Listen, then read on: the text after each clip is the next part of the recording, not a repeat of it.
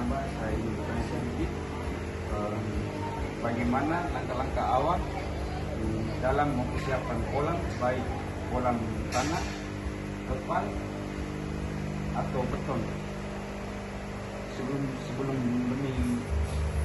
benih lele ditebang, dan bagaimana cara Bapak mereka memastikan kualitas airnya sudah ideal untuk kehidupan benih lele. Ya, terima kasih untuk adik. Ini terkait untuk siapan lahan ya, kolam ya.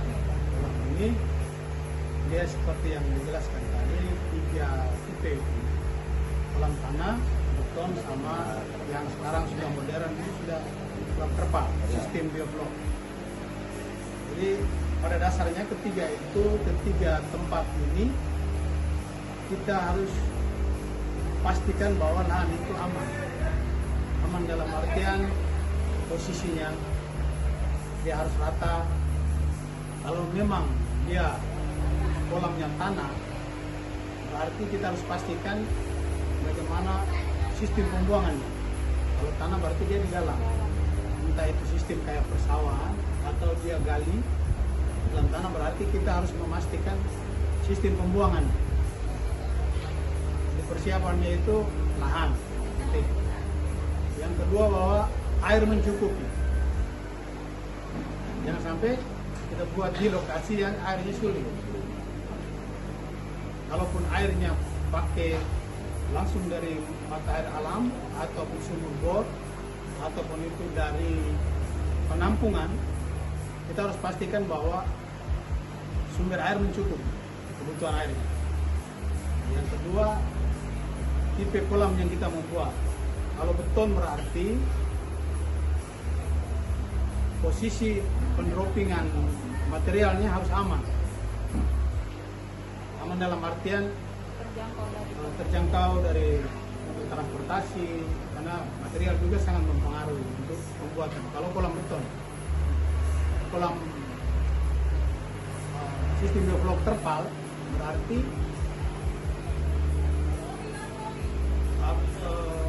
kondisi jalur transportasi juga harus diperhatikan.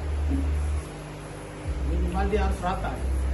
Rata dalam artian ketika media airnya kita isi, berarti tidak mempengaruhi nanti posisi dalam ketahanan bak. Seperti yang teman-teman lihat ini, memang ini waktu pemasangan itu kita sudah waterpass. Kalau kolam beton itu kita pastikan beban airnya ke tengah. Beban airnya. Dalam artian dasarnya itu kita buat miring ke dalam. Sehingga ya satu sisi manfaatnya bahwa nanti endapan kotoran ataupun apapun itu dia terfokus pada satu titik. Yang kedua, selain endapan itu, beban airnya dia tekannya ke dalam. Kalau pembuatan pada posisi miring itu kita harus memperhatikan itu. Jangan sampai kolam beton itu miring. Nah, kebanyakan yang kolam beton cepat rusak itu karena kondisi lahan yang tidak diperhatikan. Ketika miring, beban airnya misalnya miring sedikit, pasti tekannya ke satu sisi. Jadi itu memang benar-benar diperhatikan pada persiapan awal, dari lahan, air, sama persiapan untuk pembuatan material. Apalagi kawan tadi. Terus kualitas air kita harus pastikan memang benar air itu sehat. Kalaupun langsung dari sumber mata air, itu air berasal dari air yang sehat. Dalam proses sebelum ikan masuk, setelah kita isi media air, itu kita pakai pengukuran alat pH air, terus suhunya kita pastikan juga. Dalam artian dia stabil untuk benih ikan ataupun ikan yang sudah siap konsumsi atau ikan ini. Masih ada lagi kawan? Kalau masih kurang tanya yang terkait persiapan lahan. Bisa. Yang berikut Pak, pertanyaan dari saya tentang kriteria apa saja yang Bapak gunakan untuk memilih benih lele yang berkualitas unggul, dan bagaimana teknik penebaran benih yang benar agar benih tidak mengalami stres atau kematian masa lebih awal. Untuk benih ini yang pasti kita harus memastikan kalaupun benih kita siap sendiri ataupun benih kita datangkan dari luar, kita harus pastikan benar benih yang didatangkan dari luar atau kita punya sendiri itu harus benar-benar terbebas dari virus atau bakteri. Kalau ciri-ciri benih yang sehat seperti biasa, pergerakan yang lincah, ukurannya harus seragam, minimal harus seragam, terus tidak cacat. Cacat dalam artian ada luka atau ada kurang sirip, itu bisa mempengaruhi nanti cacat dalam proses pertumbuhan mereka. Untuk memastikan benih sehat itu minimal sebelum masuk ke bak pemeliharaan kita menyiapkan bak persiapan. Bak persiapan dalam artian itu masa transisi. Masa transisi benih ketika datang. Jangan sampai ketika datang kita langsung isi pada bak utama. Dalam perjalanan beberapa minggu ternyata ada ikan yang membawa virus.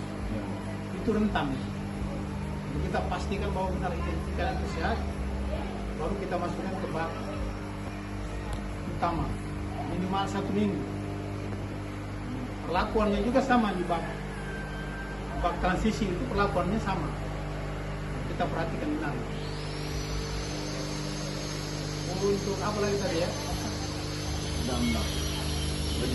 Penebaran ya. Penebaran itu seperti biasa kita dengan proses aklimatisasi. Kalau benih itu dari luar harus benar datang kita aklimatisasi.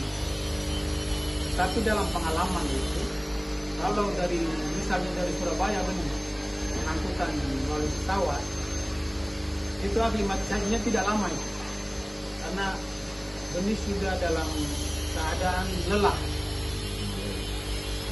Kalau dari Surabaya ke Flores rata-rata itu jam 2 dini hari itu sudah di bandara ikan. Kalau pesawat ikan itu sudah di bandara di jam 2 dini hari, sudah di packing sekitar jam 2:30 karena dia naik pesawat, naik kargo itu dari bagasi pesawat itu di jam 5 dini hari. 5 dini hari dia sudah pesawat, penerbangan jam 5:30 dini hari sampai di Kupang, berbeda waktu 1 jam, kita jam 9 di sini. 2 jam penerbang Surabaya Kupang. Setelah sampai di Kupang, antri sekitar jam 11 naik lagi pesawat. Dia over bagasi, naik lagi ke Larang Tuka sampai jam 1. Jadi teman-teman bayangkan bahwa dari lokasi benih ke